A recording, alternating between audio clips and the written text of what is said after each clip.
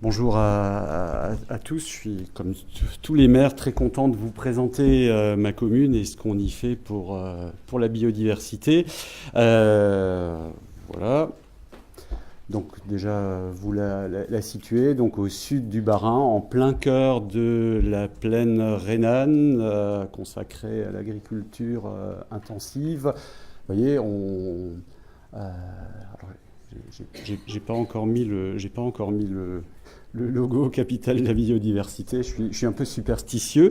Euh, donc, mais vous voyez, capitale, mais en Alsace, 2000 habitants, c'est un village. Hein. Clairement, on revendique le fait d'être un village en péri-urbanisation de Strasbourg. On a beau être à 50 km au sud de Strasbourg, on est clairement dans le front d'urbanisation de Strasbourg. J'ai beaucoup de mes concitoyens qui font la navette tous les jours jusqu'à Strasbourg. Donc la pression urbaine reste forte. Et comme je viens de vous le dire, on est aussi en plein cœur de la plaine céréalière rhénane, un des endroits les plus où vous avez l'agriculture la plus intensive du monde. Donc le sujet maîtrise du foncier est pas forcément un sujet facile, même dans quelque chose qui peut avoir, qui peut avoir l'image de la ruralité. Alors, quelques images pour vous situer. Donc, Muttersol, c'est à la fois un bourg-centre. On a deux petits hameaux situés dans la zone inondable. Vous apercevez au fond la zone inondable de l'île qui s'appelle le RID, qui est une zone entièrement classée par les deux directives Natura 2000. Voilà une petite image aussi aérienne qui permet de bien situer. Vers l'ouest, le limageur de l'île. Vers l'est, la terrasse alluviale rhénane. Une ceinture de vergers qui ceinture le village et la rivière principale. On a plus de 30 km de cours d'eau. Voilà, encore quelques images de la zone inondable sur les grandes photos. Alors on a la chance, je vous en parlerai un peu ce soir, d'avoir la première maison de la nature en France, centre permanent d'initiative pour l'environnement. Une petite image de la plaine maïsicole à l'est, hein, en haut à droite, j'y reviendrai tout de suite. Donc voilà. La problématique de la maîtrise du foncier, c'est la base. Hein, c'est la base d'une politique de développement, de protection, de valorisation et de reconquête de la biodiversité. Il faut un support. Certes, dans les villes, on peut même mettre de la biodiversité sur les toits. Chez nous, et on le fait aussi, mais on cherche avant tout à garder nos espaces naturels agricoles libres de toute urbanisation. Alors, vous voyez là l'histoire de l'étalement urbain de notre village. Vous voyez qu'à la fin du 19e siècle... Un pointeur ici, si je me mets ceci. Voilà, juste ici. Super. Avec ce petit bouton-là. Parfait.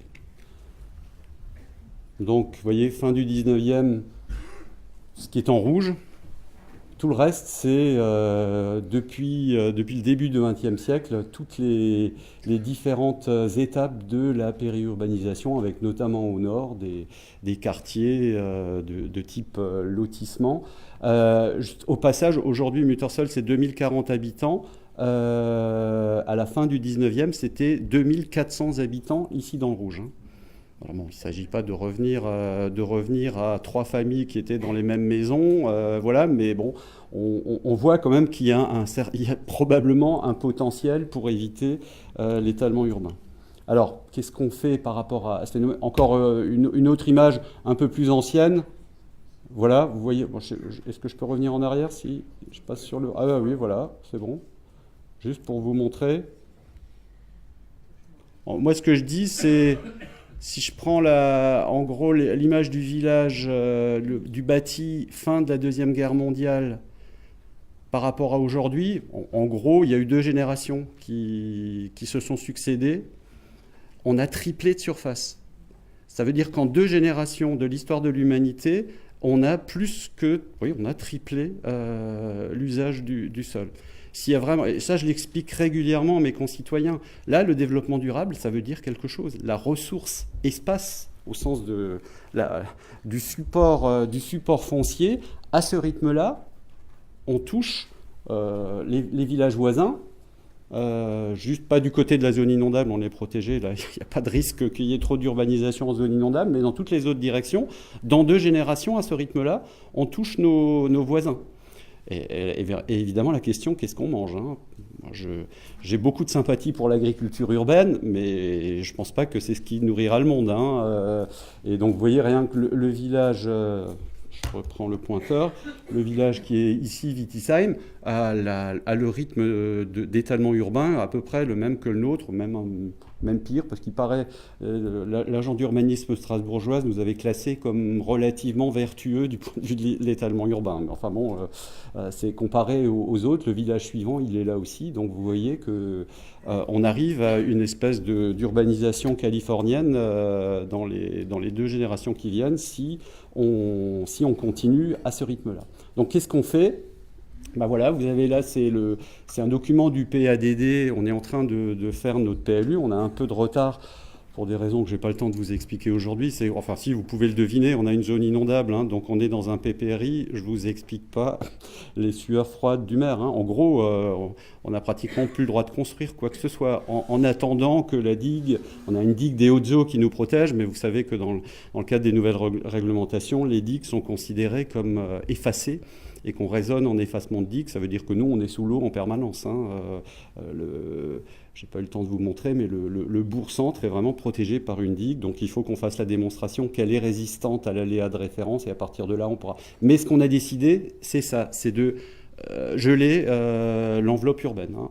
On n'aura aucun étalement supplémentaire dans le nouveau PLU.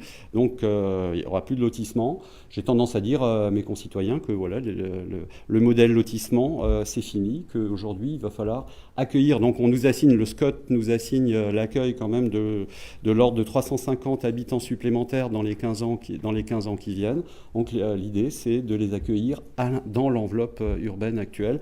On travaille sur les logements vacants, 8% de logements vacants, il paraît que c'est la moyenne, hein, c'est pas pire qu'ailleurs, mais c'est quand même impressionnant de savoir que depuis que notre bureau d'études nous a sorti le chiffre, c'est vrai qu'on le voit. On s'est rendu compte qu'on avait effectivement, quand on dit logement vacant, c'est des choses qui étaient déjà des logements qui ne le sont plus. Je ne parle même pas des bâtis vacants de type grange de ferme ou vieil atelier de tissage. On avait une vocation de tissage au 19e siècle qui se transforme d'ailleurs très très bien. On a de beaux exemples de transformation. Voilà. Et puis après, on a des dents creuses qu'on ne bâtira pas tout en une fois. Hein. C'est vrai qu'il y a aussi un potentiel paysager et de biodiversité intramuros. Alors, deuxième chose dont je voulais vous parler en matière de maîtrise du foncier, c'est la procédure de remembrement. J'ai le sentiment qu'on n'en parle plus beaucoup parce que les remembrements ont été presque tous faits. Hein. Maintenant, je regarde un peu les représentants de l'État. Mais moi, depuis que je suis maire, j'en entends plus parler. Chez nous, il n'y a plus de remembrements. Ils ont été tous faits. Muttersol, ça a eu la chance d'être remembré. On était un peu un village d'Astérix qui résistait au remembrement encore et toujours. Puis en 2000, on a craqué. Et on a remembré notre parcellaire. Donc là, vous voyez le parcellaire avant remembrement. On peut comprendre pourquoi on fait du remembrement. Hein. Pour les agriculteurs, c'était pas évident de travailler avec un parcellaire comme celui-là. Ce qui est coloré en vert, hein, c'était avant l'informatique, là, avant 2000, le bureau d'études faisait ça avec des crayons de couleur. C'est les vergers, hein, c'est les vergers qui existaient à ce moment-là.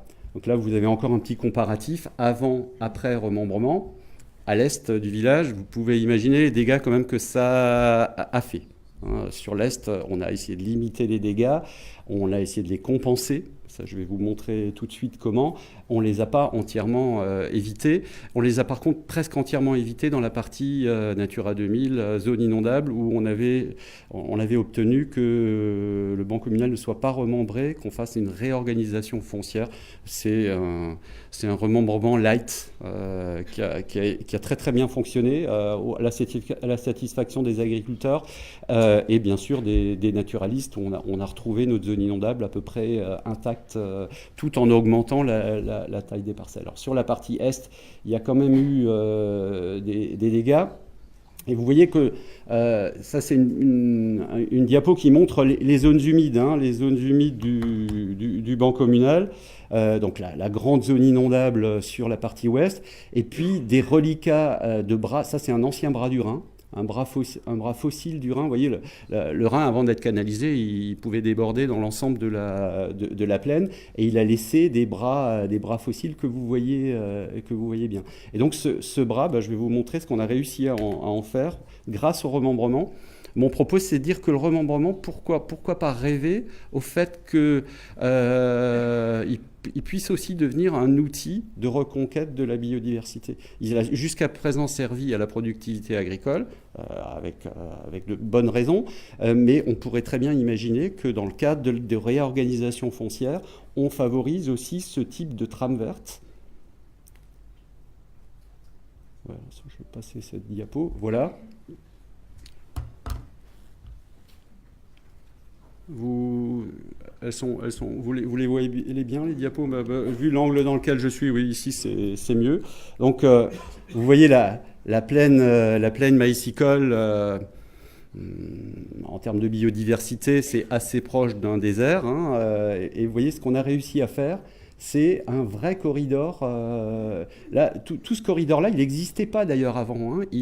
C'était du maïs avant, donc la situation, de ce point de vue-là, s'est améliorée. Et bien sûr, c'est des terrains communaux. On a mis une partie de notre potentiel de terrains communaux. Alors, vous l'aviez vu sur la première diapo, 300 hectares.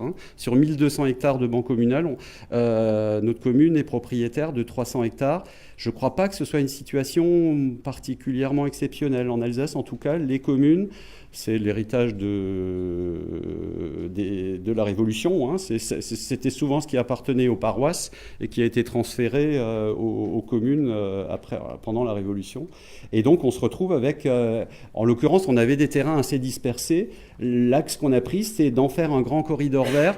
Et tous les cours d'eau, on a 30 km de cours d'eau, on a mis au minimum 5 mètres, voire 10 dans certains cas, le long des cours d'eau. Et donc c'est là qu'on rejoint la politique de trame verte régionale. L'idée de la trame verte et bleue est un peu née en Alsace. Elle a été reprise par le Grenelle de l'environnement. La région Alsace avait déjà travaillé avant le Grenelle à une trame à l'échelle régionale. Donc vous voyez un visuel là, de ce que ça peut donner à l'échelle régionale. Et donc nous, par l'intermédiaire du SCOT, le SCOT nous assigne aussi des objectifs de recréation, de connexion écologique à l'échelle d'abord du SCOT et puis ensuite à l'échelle communale. Vous allez voir. Donc je vais de plus en plus là dans le détail du réseau, du chevelu. Voilà encore ce que en gros dit le SCOT. Vous voyez, c'est des grandes tendances. Alors nous, ce qu'on essaye de faire, c'est de concrétiser de manière très fine jusqu'à ce type de carte. Alors ça, c'est une démarche qu'on a réalisée avec la Ligue de protection des oiseaux qui nous a accompagnés dans cette démarche avec des financements de la région. C'est en gros un atlas de la biodiversité communale qui aboutit sur ça. C'est une espèce de feuille de route. Tout mon ban communal, j'ai ce genre de carte. On a essayé de raisonner de manière tout à fait intrinsèque. On n'a pas forcément la maîtrise foncière des propositions que vous voyez là. Par exemple, ici, création de haies.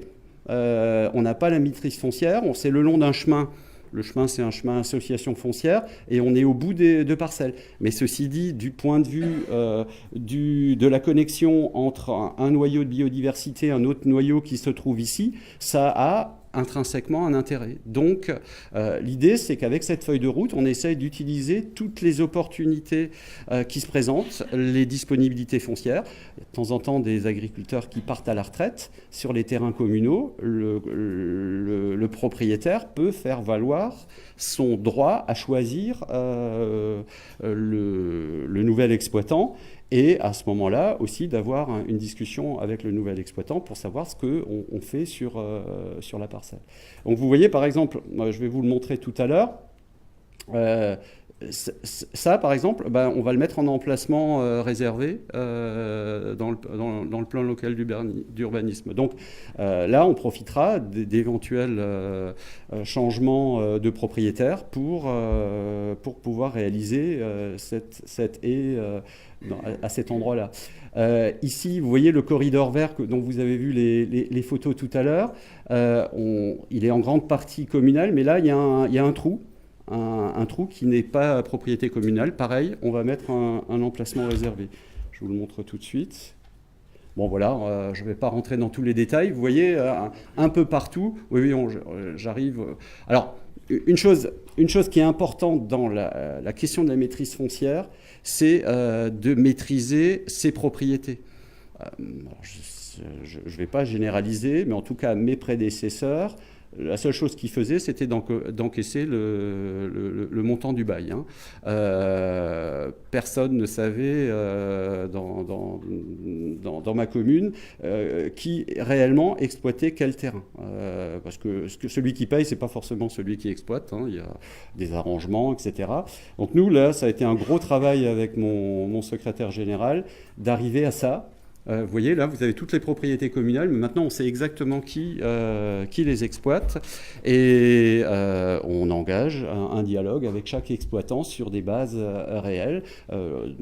J'insiste sur le mot dialogue, mais on joue notre rôle de propriétaire et on essaye petit à petit à la fois à faire du mieux pour la biodiversité, mais faire du mieux aussi pour l'agriculture.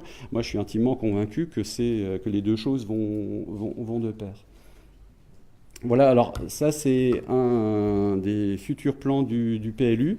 Vous avez toujours le corridor ici, avec l'emplacement réservé qui n'est pas communal pour l'instant et qui pourrait le devenir. En l'occurrence, là, on a des dates de départ à la retraite qui sont anticipées. Voilà.